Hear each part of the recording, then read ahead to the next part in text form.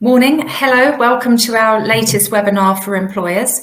I'm Angie Crush, I'm Joint Head of the Employment Department here at Thomas Mansfield, and today I'm joined by my colleagues Antonia Brewer and Kate Brown. Hello, good morning. Good morning. So I'll quickly introduce the firm. Thomas Mansfield specialises in employment law, and we also have specialist family, litigation and private client divisions. Here in the employment team, we regularly work with HR professionals and teams on issues that tend to be a bit trickier than day-to-day HR matters.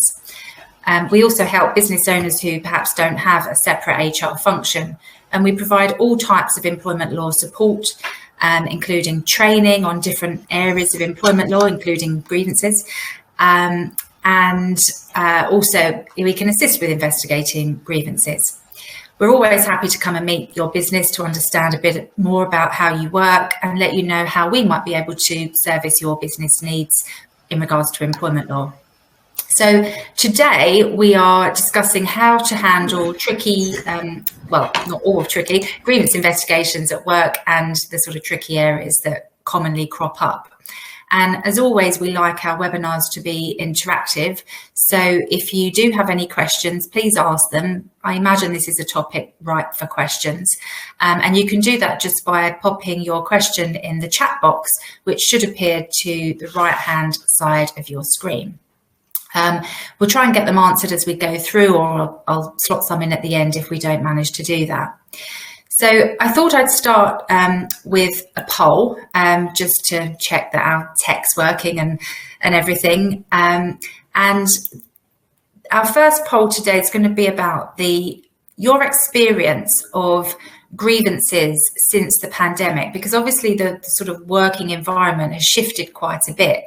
And so we were wondering whether since the pandemic, with employees more likely to be working apart for some of the week, what's your experience of grievances been? Have they gone down since March 2020? Have they stayed the same? Or do they seem to have gone up since March 2020? Because there's obviously pros and cons. Being together can result in certain tensions, but then being apart and having all communication by email can create different issues. So it'd be interesting to see what your experience has been. So at the moment, 50% of them seem to have stayed the same. And actually, the other experience is that they've gone up since March 2020, with only 6% saying that grievances have gone down. So that's quite interesting. And actually, I would have thought that more might have seen that go down. But thanks for answering that, everyone. That's quite an interesting statistic, and so definitely a topical issue if they've either gone up or stayed the same. So Antonia, let's start with the very basic question of what is a grievance? Well, when I started preparing for this webinar, I thought a good place to start would be the dictionary definition of aggrieved, and a number of definitions came up: resentful, affronted, indignant, disgruntled, angry, hurt, offended, upset, distressed. I think we all have experience of dealing with employees who feel many of these emotions as a result of the way they've been treated or their perception of the way they have been treated at work. A grievance is defined under the ACAS Code of Practice on disciplinary and grievance procedures as concerns, problems or complaints that employees raise with their employers. So in short, there's no strict definition of a grievance, and it can encompass any matter which an employee isn't happy about that concerns their work. But I should make it clear that a grievance is more than a general moan or grumble. It is something that the employee feels sufficiently unhappy about that they are at the point of bringing it formally to the attention of the employer for resolution. And in these cases, it can sometimes be difficult for employers where general grumbles about work, etc., can leave employers thinking, do I need to invoke the grievance process? So how easy is it to spot a grievance, and is it essential that the employee raises it on a formal basis with their employer? Well, dealing with the first question you asked, how easy is it to spot a grievance?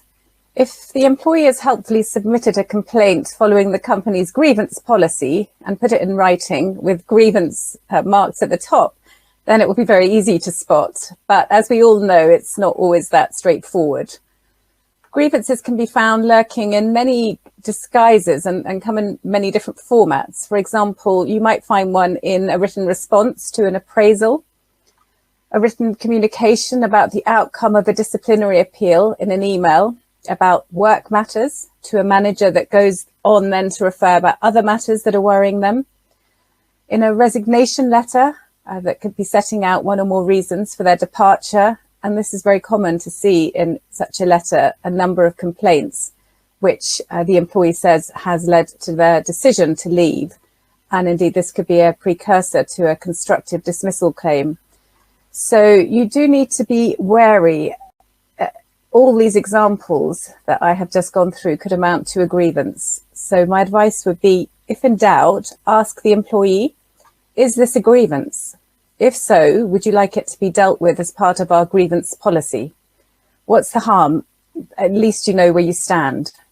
You might be worried about this, thinking you're poking a stick in a hornet's nest, but the risk is it may already satisfy the definition of a grievance. So sticking your head in the sand could lead to a breach of the ACAS code and lead to an uplift of up to 25% for failure to comply. Worse still, it could be that the employee claims that the decision to ignore their grievance was the last straw in a long chain of events, and they use that as the basis for their decision to resign and claim constructive dismissal. And we do see this quite a lot. Or indeed, they could claim the decision not to deal with the grievance was discriminatory on the basis of a protected characteristic. Thanks. And does an employer always have to deal with a grievance through a formal route? Well, this is a matter for discussion between the employer and the aggrieved employee. If the matter is relatively minor in nature, it would be appropriate to have the opportunity to resolve it informally in the first instance.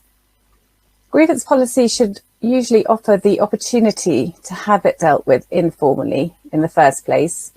And there are situations where an informal approach may well be the best course of action. There is something about going down the formal route which can entrench opinions and make people defensive about protecting their own positions rather than focusing on what's important, resolution. And this approach works particularly well in the early stages of relationship breakdowns at work, personality clashes, disputes between people with similar grades or jobs, division of workloads, communication problems. But obviously it does depend on the extent of the bad feeling involved and what's already gone on. So ultimately it is a judgment call, and the employee cannot be forced to deal with the matter informally if they want to raise it formally. But there are situations where the opportunity to have an open dialogue, perhaps with the support of HR or a manager, can resolve issues without the need for further escalation. So it's important to consider different forms of resolution at an early stage. And this could include having a facilitated conversation or workplace mediation. And this could be set out, in your policy and offered as a voluntary step, either in an informal or formal grievance procedure. I actually had a situation just recently advising a client, an HR manager, who had a senior manager come to her regarding unfair treatment by the CEO. The situation was that the employee was undergoing treatment for MS, and her manager, thinking she was doing the right thing, was making unilateral decisions regarding the reduction of her workload, cutting her out of key areas of her responsibility, and taking over some of the line management of her direct reports. The HR director had asked the individual whether she'd like to raise a grievance. They had discussed that and decided as a first step to have a facilitated conversation between the aggrieved employee and the CEO, with the HR manager present, to allow the employee the opportunity to raise her issues directly with the CEO, supported by HR. In this particular case, the dialogue that took place took the heat out of the situation and stopped any resentment from festering, without which this could have well led to a disability discrimination claim down the line. But do remember, if such an approach is used, always make a note of the grievance, of the informal approach taken and the outcome. Thanks, that's good advice. Can you tell us, can a grievance be raised by someone on another employee's behalf? Yes, absolutely. And it may be that the individual is too upset by the situation and has asked a colleague to help them with their grievance. You should always check first with the employee that this is actually what they want. But the answer is yes, you should deal with it as if it came from the aggrieved employee themselves.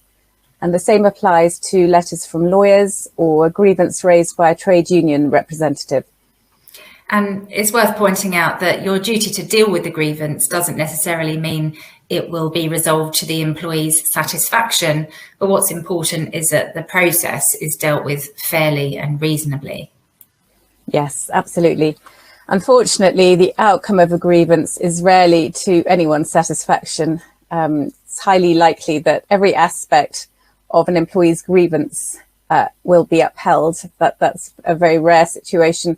And in a situation where a grievance is not upheld, an employee who has had allegations raised against them will often feel themselves aggrieved by the fact they have had to defend themselves against the allegations and the fact they've had to go through this process. Witnesses don't enjoy being involved. There are no winners. From the employer's perspective, grievances involve considerable management time and resources. But even if the outcome to a grievance is not what an employee was hoping for, from the employer's perspective, it's really vital that the process has been carried out in a fair and timely manner with sensitivity, transparency, and due consideration of all the facts before a decision is reached. Grievances are often approached by employers as adversarial, but it really helps if they can be regarded as a platform for listening to your employees. And sometimes it gives the opportunity to put things right before it's too late. And I would like to say that in a timely manner really is important. The longer a grievance drags on, the more it festers. Thanks, Antonia. So, Kate, with a grievance, there are two stages really, aren't there? So you have the investigation stage and then the decision stage. And looking first at the investigation stage, if an employer has received a grievance, what guiding principles should they have in mind when conducting that investigation? Yeah, so I would definitely say there are two stages, and how the parties approach a grievance process will very much dictate the outcome. So it's important, as Antonia has already alluded to, that parties try and avoid an antagonistic approach and keep an open mind. Keeping mindful of the behaviour towards the employee is especially important, because if they feel like the process hasn't been dealt with fairly or transparently, it may cause them to become further aggrieved. And so in terms of practical steps, where should an employer start if an employee's raised a grievance in their organisation? So practically, it would always be suggested that they start with their own grievance policy, if they have one, together with looking at the ACAS Code of Practice on Disciplinary and Grievance Procedures, as that lays down the expectations of how to deal with the process fairly. So the core principles of the code are as follows. The grievance process should always be fair and reasonable, with a fair investigation to determine the facts of the case. Employers should always try and resolve the grievances in the workplace first on an informal basis, and Antonia has already mentioned that, about how not to allow things to fester. But if a formal process does need to take place, then they need to follow a formal procedure with a meeting, which needs to have a clear written record. An employer should take each case on its own facts and avoid acting with any preconceived ideas about how a grievance will play out. And the meeting should be held without undue delay after the employee has raised the issue. So ideally, there's no strict time frame on that, but ideally within 1 to 2 weeks. Employers should always deal with issues consistently, so treating like-placed employees in the same way, not favouring one employee in the grievance process over another. And there should be an option for an aggrieved employee to appeal any grievance outcome should they wish. Thanks. And so, Antonia, if the ACAS code already gives us all of these principles, why is it important for an employer to have their own grievance policy? Apart from complying with the law, employers need their own policy to signpost the procedure to be used if employees want to raise a grievance. This helps all involved in the process. It should set out what an employee must do to raise a grievance and who they should raise their grievance with. Under the Employment Rights Act, written statements of particulars of employment must set out the name of the person to whom a grievance should usually be raised. Your grievance policy should be tailored to your business and set out the process you will follow. Remember, this will be a time when the employee is already likely to be feeling upset and angry, and a grievance procedure that's dozens of pages long will be intimidating and appear hostile. So try to make your policy as simple and concise as possible. An employee may not adhere to every step of an employer's policy, particularly if they are upset in a state of agitation, but it would be a foolish employer who decided not to investigate on the basis of non-compliance with a particular procedural step, such as the grievance going to the wrong person. Employees should be supported and offered guidance to help them understand the process, and it shouldn't be adversarial. The employee in particular should be encouraged in the policy to set out certain details of the complaint in writing, and this should include dates, names of those involved, witnesses, any other relevant facts. Have any steps been taken already to address the grievance informally? And don't forget, of particular importance is to ask the employee to say what it is they are seeking. I think that's a really good point, and one which in practice I find employers sometimes sort of forget to do or don't focus on, asking the employee what it is they're seeking. You know, what do they see as being a successful resolution to their grievance?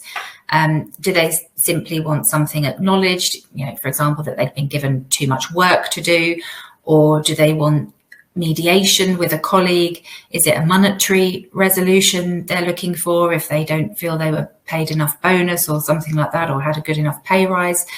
You know, or are they looking to have their line manager changed, for example? If you know what it is the employee sees as a successful resolution, sometimes even when the grievance isn't upheld, the employer might be able to take some steps to try and improve the working relationship or the situation going forward.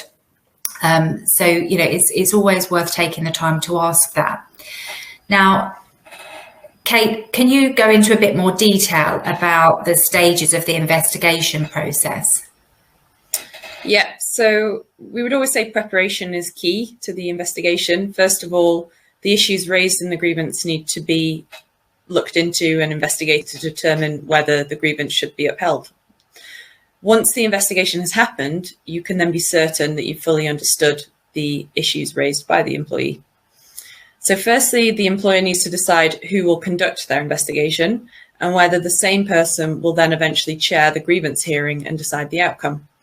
So the roles of grievance investigator and decision maker can be combined in the case of a grievance, which is separate to that of a disciplinary process, where ACAS advises that different people should carry out the investigation and hearing where possible. Thanks, Kate. And actually, we have had a question come in on that, which I'll deal with it now, which is whether the HR manager can be involved as a note taker and HR advisor in the investigation, where other teams aren't yet trained to do it. And I think this is where the grievances are a bit different to disciplinaries, which you'll see as a theme as we go through this webinar, that yes, it could be the case that an HR person can, you know, take notes and advise on the process in a grievance, and you know, and then there's a follow-up question, which is whether about a disciplinary. And I think it's just worth remembering that not all grievances lead to a disciplinary proceeding against someone else, because a grievance can be about someone's pay, someone's workload, all sorts of things. It's not always about another colleague. So, treat the grievance as a separate process to whether you might then need to discipline someone else over it. And I'd say that would be probably the exception rather than the norm. Specifically around sort of the investigation. So who's an ideal person to conduct the investigation, Kate? So the ACAS code suggests that where a matter is clear and the facts themselves are not in dispute, an appropriate line manager or someone from HR can carry out the investigation. If, however, the evidence to be investigated is more serious or complex, for example, if there's allegations of discrimination or bullying, appointing someone more experienced or senior would be better. Ideally, that person should have received training in how to conduct these investigations, because the litigation risk to the employer is far more severe in those circumstances. The ACAS Investigations Guide sets out the following criteria to consider when choosing to appoint an investigator. So I'll just run through those for you. The first is, are they personally involved in the matter being investigated? And that's quite self-explanatory. Obviously, someone whose conduct has been raised as an issue in a grievance shouldn't investigate the matter. Would the appointment raise a conflict of interest or concerns? Are they likely to be influenced by people involved in the matter? Do they have good knowledge of the organisation and in how it operates? Are they trained or experienced in how to conduct investigations? And how confident are they in communicating either orally or in writing? So once you've determined who should investigate the grievance, having an investigation plan is a sensible approach in dealing with a grievance. So some helpful tips on what a plan should include. Firstly, you should consider the order for the evidence to be collected. So usually it would be best to interview the employee who's raised the grievance first and ensure that they fully understand the issues, to ensure that you fully understand the issues that they've raised. The second is that you need to identify each of the issues raised in the grievance by the aggrieved employee and break those down into categories. Then ask yourself who would have more information about each of these points. For example, if an employee was to allege a sexist comment made by a manager, you'd obviously need to approach the manager for comment and also any witnesses to that comment being made. And finally, you should list any documents or policies which would be relevant to the grievance. So are there any documents or policies available internally? And that's again a question to ask on the facts of that particular grievance. Thanks. And it's worth mentioning here that the ACAS website does have a template investigation plan, which obviously you'll need to tailor for each grievance raised, but it's a good starting point, and we can send you a link to that plan, template plan after the webinar. So once the investigator has prepared their plan, and let's assume that the first step is going to be a sort of an initial meeting with the aggrieved person to sort of just ensure that they've understood the nature of their complaint. Once they've done that, what's next? Interviewing witnesses, and what should employers have in mind when they're interviewing those witnesses? Yes, so firstly, of course, you will need to ask the witnesses for a meeting. And you may want the witness to gather pieces of evidence in advance of that interview, which, of course, if that is the case in your circumstances, then you'll need to give them notice of that. So there's no legal right for a witness to be accompanied, as there is with a aggrieved employee at a hearing. But you may want to consider this as an allowance, because being a witness in someone else's grievance is always quite a stressful situation. As an employer, you should also consider what information to give the employee witness. So you may want to tell them that someone has raised a grievance, or the circumstances may require you to be more vague. This is essentially a judgment call, again, on the facts of your specific grievance. But you do need to keep in mind any data protection and a GDPR justification. And generally, you should not identify the aggrieved employee to the witness. However, it may be so obvious in the circumstances that the person, who the person is that's raised the grievance.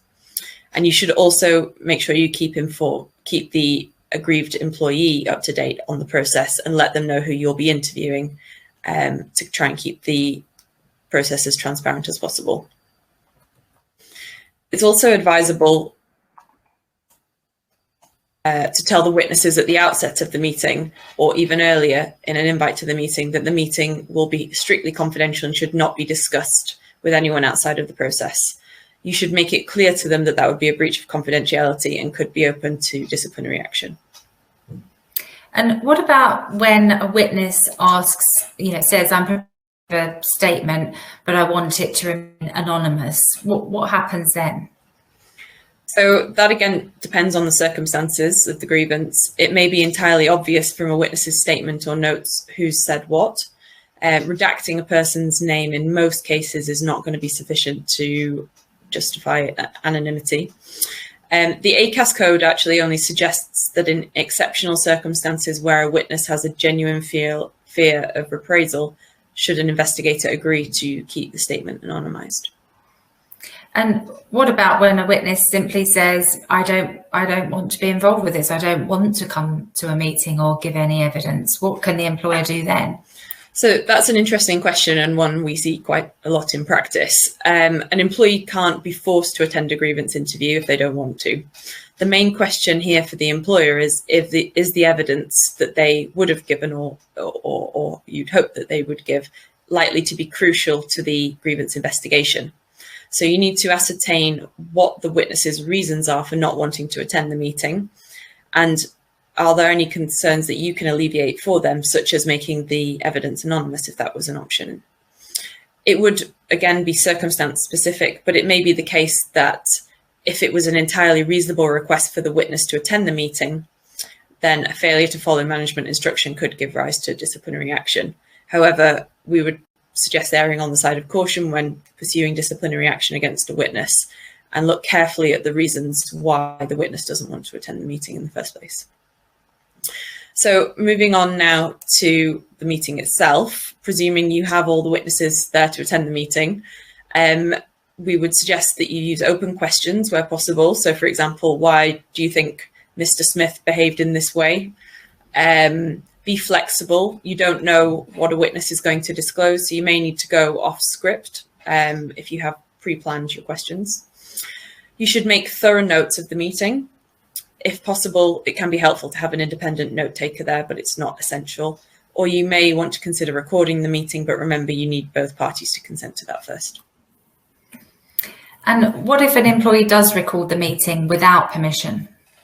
So employees generally shouldn't be doing this, and it should be made known ideally to them at the start of the interview that if they do proceed to record a meeting without consent, it would be a breach of reasonable instruction and they could be disciplined as a result.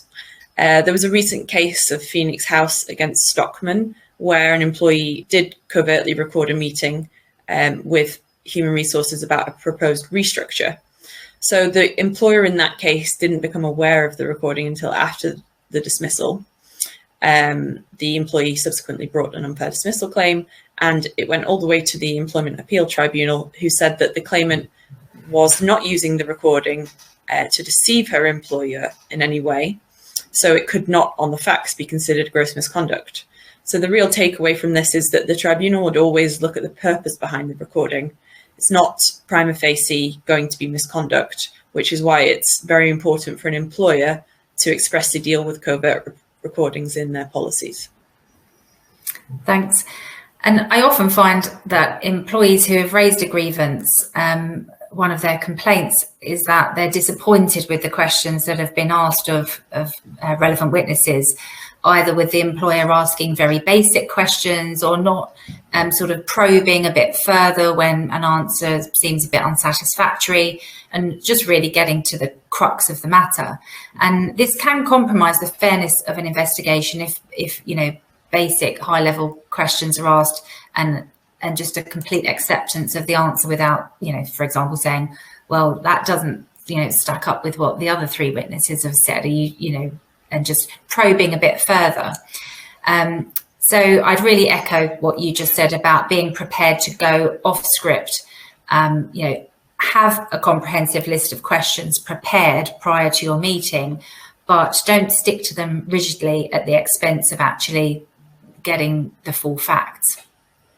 And Kate, what should an employer do if the employee raising the grievance, when you eventually go back to the employee to sort of tell them, what facts you've found, if they sort of say, well, I really disagree with that, that's definitely not correct, how much back and forth is required between the investigator and the various witnesses? So in the first instance, the employer needs to assess whether the aggrieved employee's disagreement is material or some trivial point. If it is a material point, you can hold a further meeting to ask further questions of the witnesses, or supply additional questions in an email and ask the witness to answer them, or simply follow-up questions in a phone call can do the trick as well.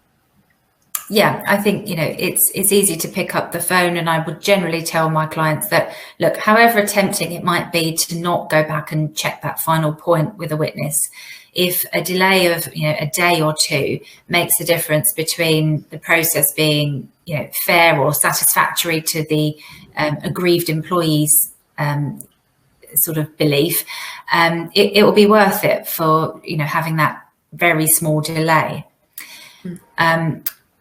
Once the investigation process has been complete and the witnesses have been interviewed and the investigators looked at any relevant documents, what happens next?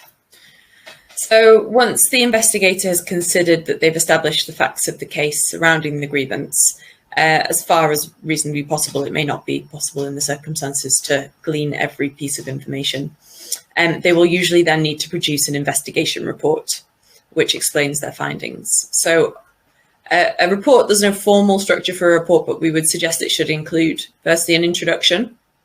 So this should set out a brief overview of the circumstances that led to the investigation and the terms of reference for investigation. Secondly, a summary of the process taken. So this should include how the investigation was conducted, what evidence was collected, what evidence could not be collected, and the reasons why. The names and job titles of all witnesses and their relevance to the investigation should also be given in the report, as well as details of any witnesses who could not be interviewed and why, and an explanation of any witness evidence that has been anonymised, if that was relevant. The report should also include a summary of findings. So this should summarise the investigator's key findings and all relevant documents, summarise the key evidence from each witness, what facts have been established, what facts could not be established, and whether there were any mitigating factors to consider. And finally, you'll need a conclusion, which suggests the overall investigators' recommendations and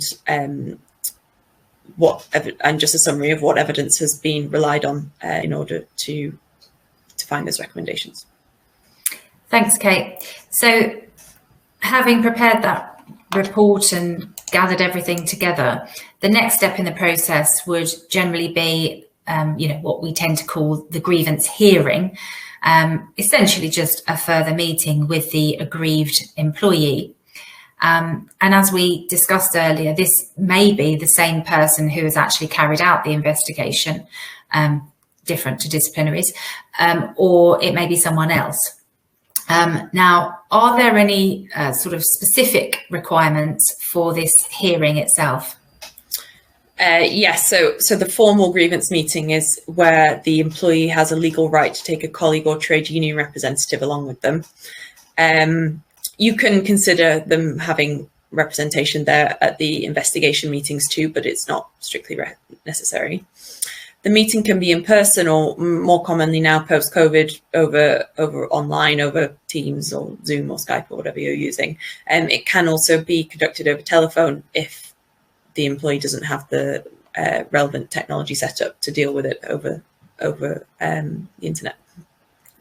So if an employee can't attend the grievance hearing, for example, if they are too unwell to attend, it can be dealt with in their absence, but attempts should always be made to facilitate their attendance. So as an absolute last resort, they should be invited to submit a written representation ahead of the meeting if it is held in their absence. And what does the grievance chair need to go through at this meeting? What would this sort of agenda for the meeting be? So the chair should start the meeting by summarising the purpose of the grievance hearing, introduce those present and their functions. They should also go over the format of the meeting and ask the aggrieved employee if they have any questions about the process. The crux of the grievance should then be summarised as previously established. The chair can explain what information has been determined during the investigation process and get the employee's feedback on this. Questions can then be asked to get the employee's perspective on any issues or unagreed facts or anything that wasn't clear. The chair should adopt neutral body language where possible and be mindful of their tone. So these things can seem very trivial when you're dealing with a formal process, but they're incredibly important, because if an employee feels respected and listened to through their grievance process, they're far less likely, in our experience, to pursue grievance appeals or even tribunal litigation further down the line. This is also where training for managers can be incredibly helpful, as it's important to understand that grievances follow a very different format to disciplinaries, and that can be something that we sometimes see, that disciplinaries are dealt with. Grievances are dealt with in a similar format to disciplinaries, which isn't really appropriate. Finally, the chair can summarise their understanding of what has been discussed and explain to the employee the information shared in the meeting, and what is now going to be considered, and explain the next steps. So it may be that a further investigation is required if new points have been brought to light, at which point the chair can adjourn the meeting and consider gleaning further information.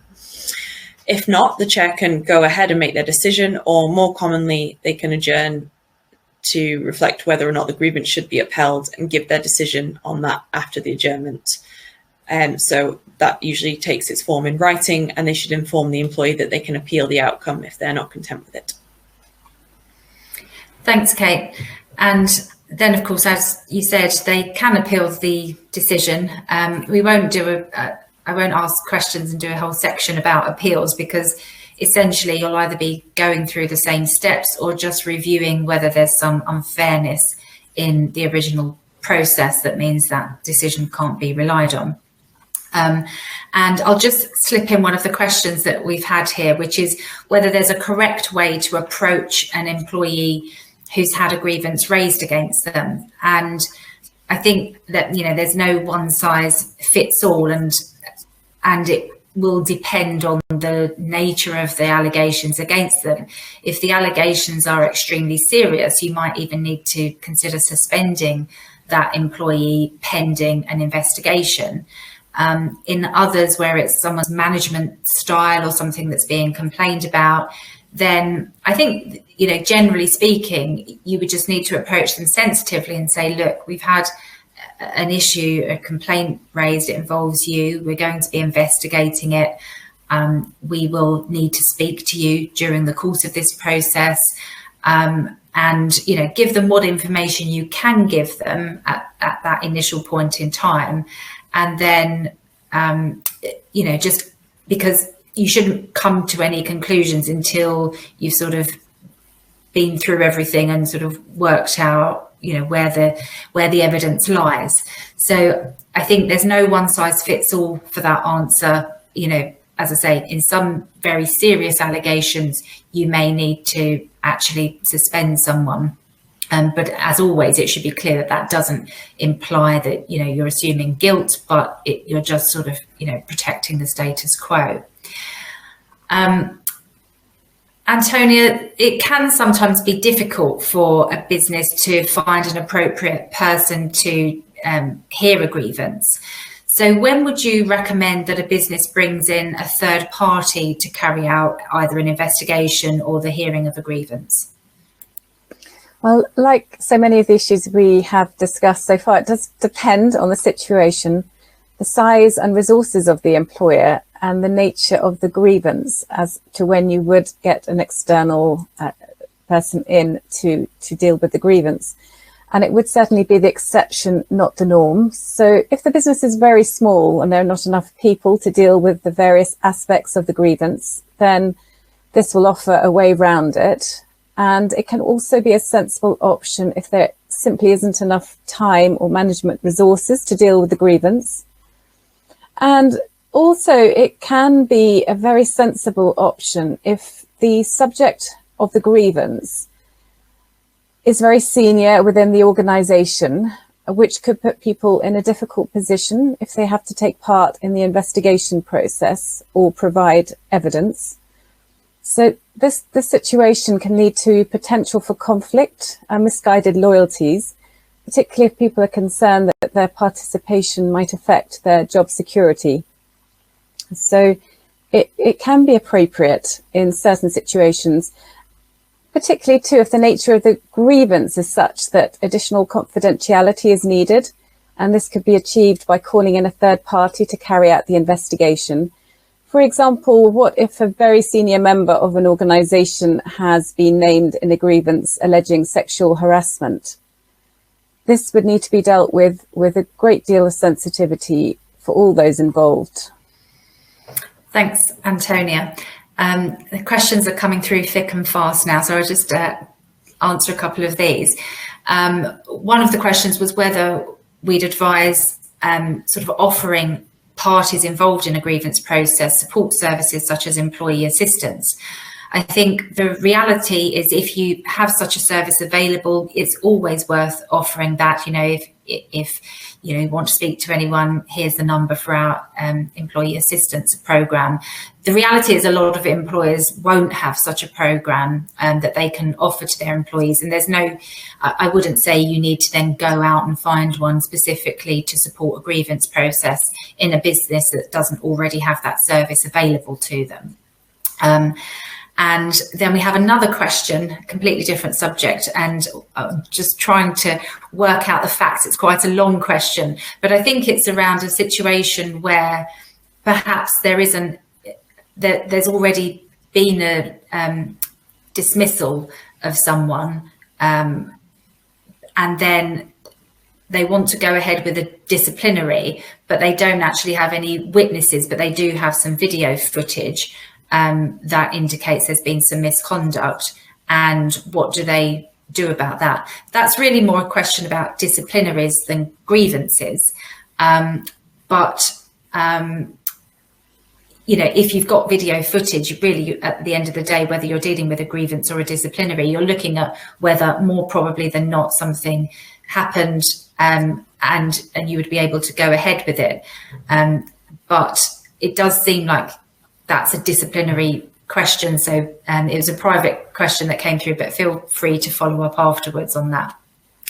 And I guess that touches on sort of talking about dismissals. Sometimes by the end of this process, the relationship can be so badly damaged that there's a feel that it's very difficult to get relationships back on track. Now, Antonia, what options might an employer have in this scenario?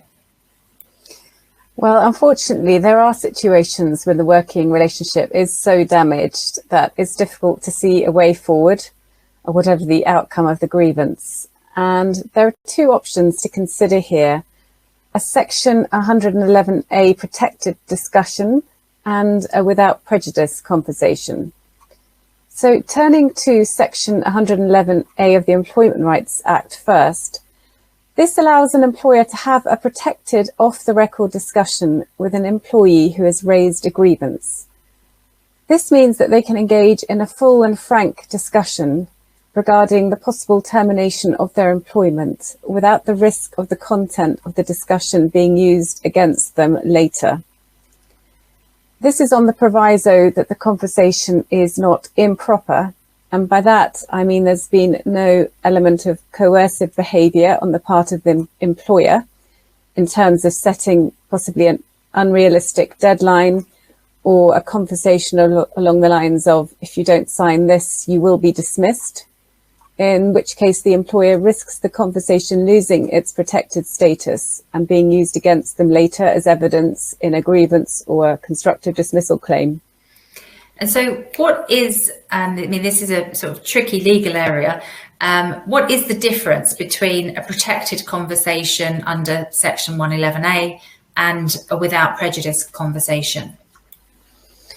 A protected conversation is held where there is no existing dispute between the parties. And remember, a grievance does not necessarily qualify as a dispute. So 111A protected discussion may be an effective method of dealing with an intractable situation where there's no workable outcome to a grievance. Without prejudice discussions are used to give the parties the opportunity to reach an agreement, knowing that what they say during the discussion cannot be used in evidence against them later, and this is where there is an existing dispute between the parties. So the without prejudice discussion is only effective in the event of a dispute. But just to be clear, this is a complicated area of law, that section 111A should only be used where a grievance has no whiff of an underlying discrimination claim. So that's the same with automatically unfair dismissals, unlawful detriment, breach of contract, or concerns concerning health and safety matters.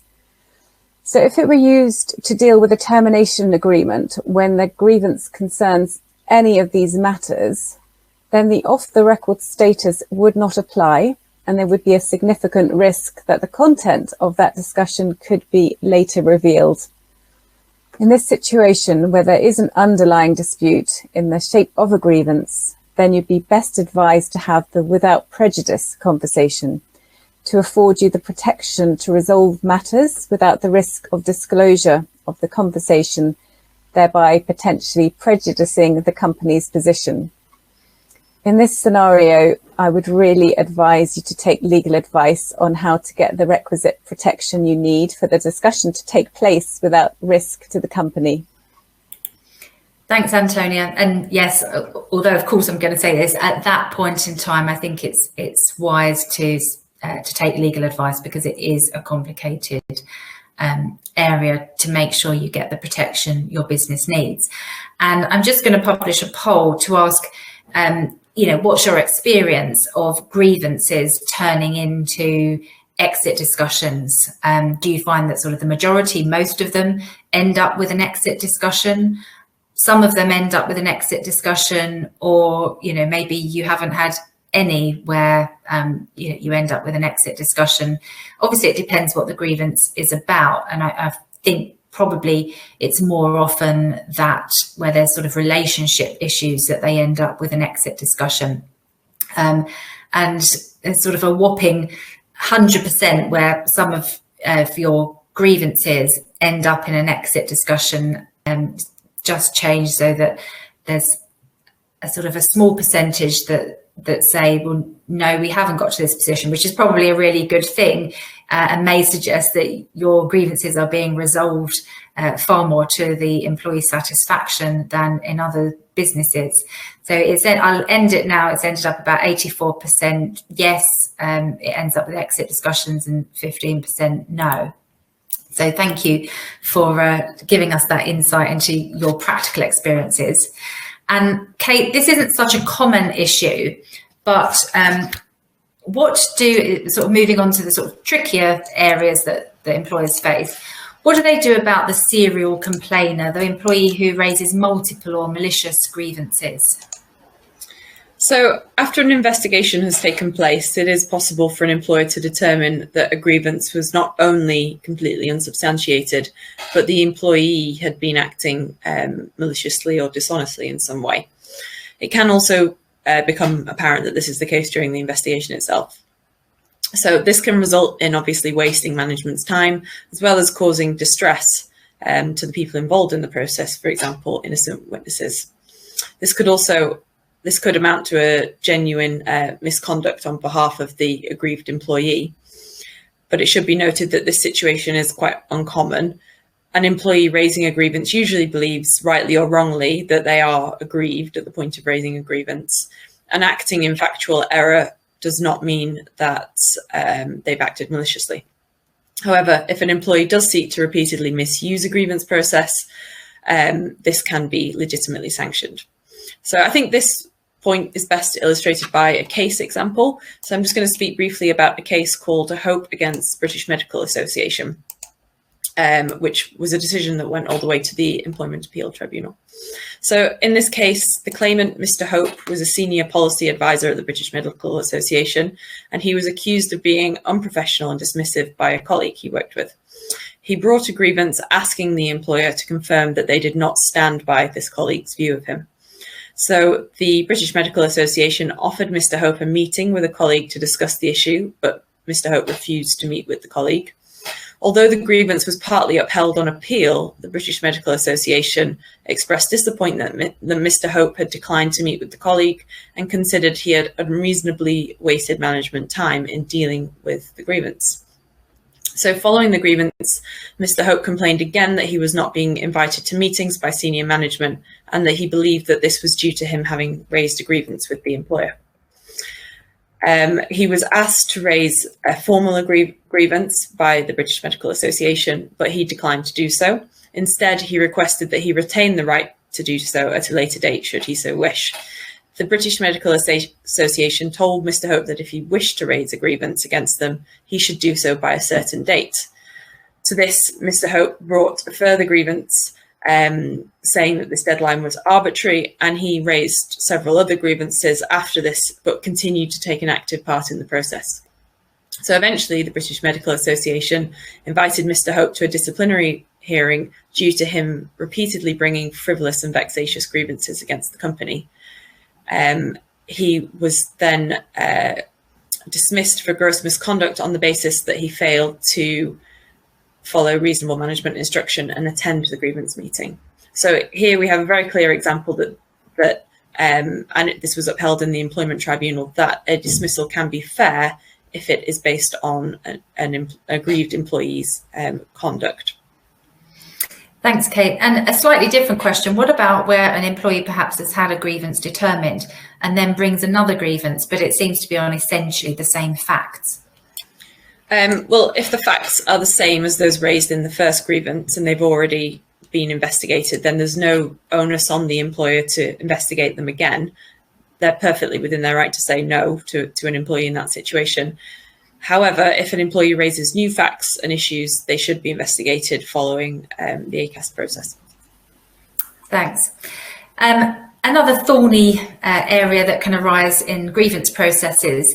Antonia, what about grievances that are lodged sort of shortly after either disciplinary or performance management processes are commenced? What can an employer do there?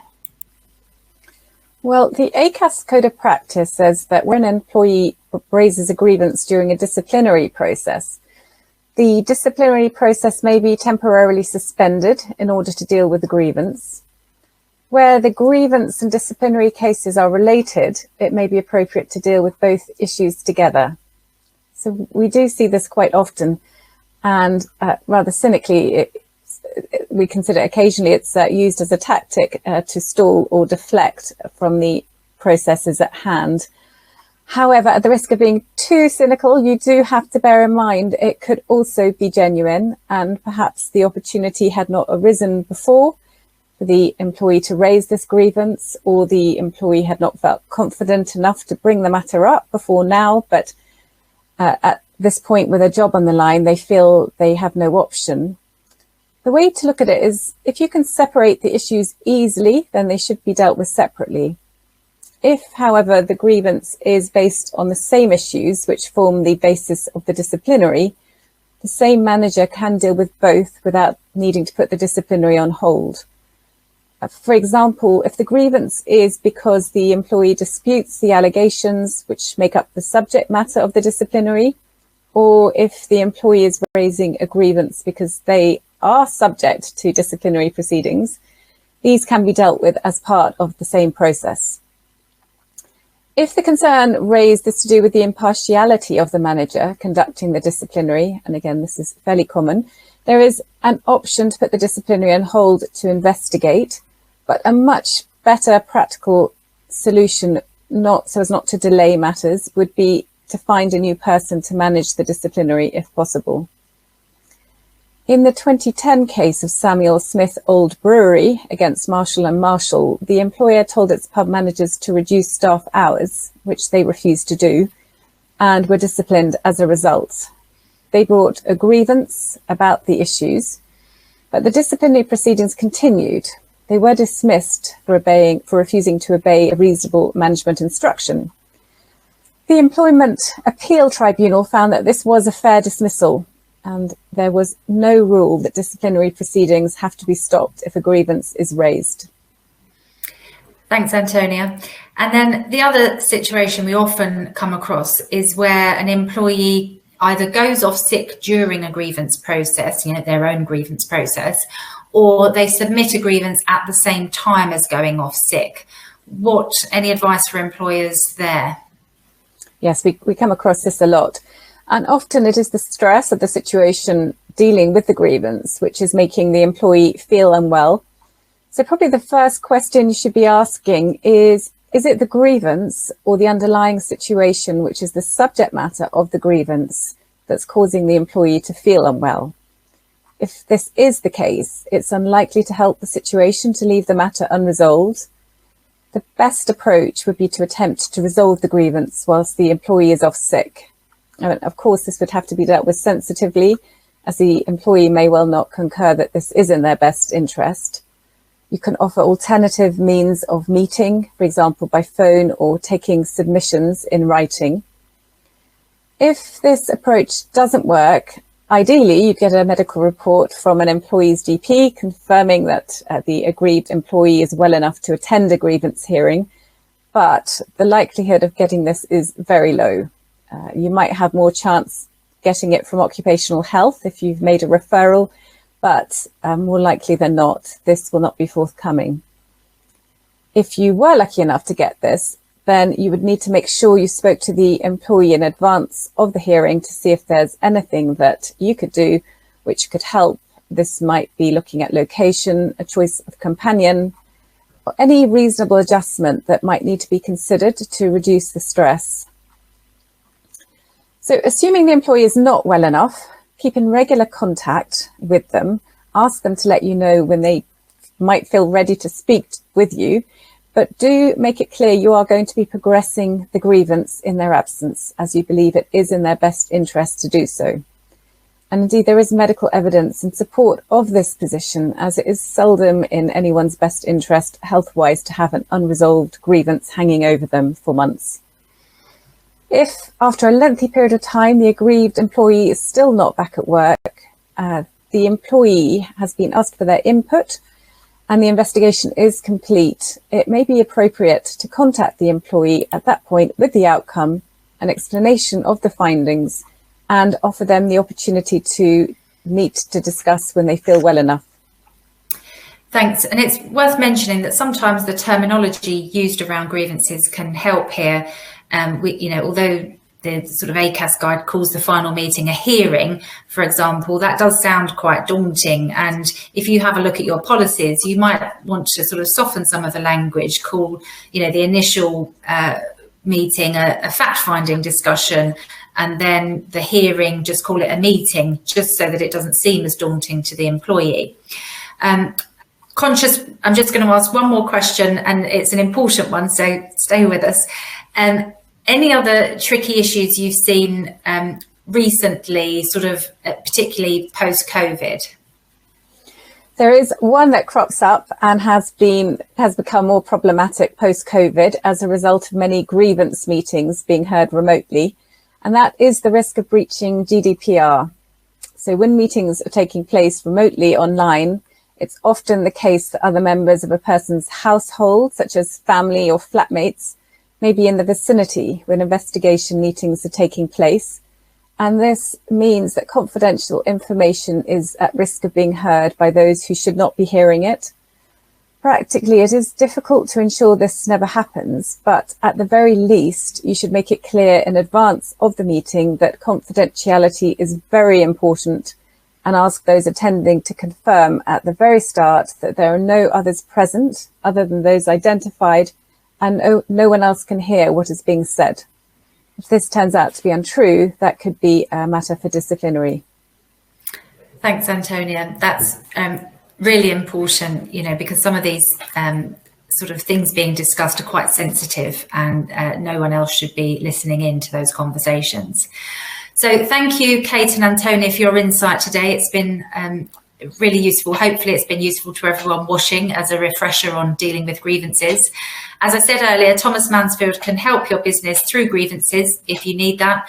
And we also provide manager training where we'll train around 10 of your managers. We can do it in person or we can do it over Zoom on how to conduct an investigation, which will make it far more likely you'll achieve a fair process if they have had that training. If any of you want to have a one-to-one chat about this area or any other areas, please just pop a message in our chat box and we will follow up with you after the webinar. All of our contact details can be found on the invite or on our website, www.thomasmansfield.com. And I know everyone needs to rush off, but we're putting together our webinar program for next year. And would love to hear if there's any topics you'd be interested in. Either pop them in the chat box or follow up to me with an email at angie.crush@thomasmansfield.com. It would be really good to put some topics out there that you want to hear about. So if I can encourage you to do that. We're also planning an in-person HR event next year. But for now, I'll say goodbye and we'll see you in the new year. Goodbye. Goodbye.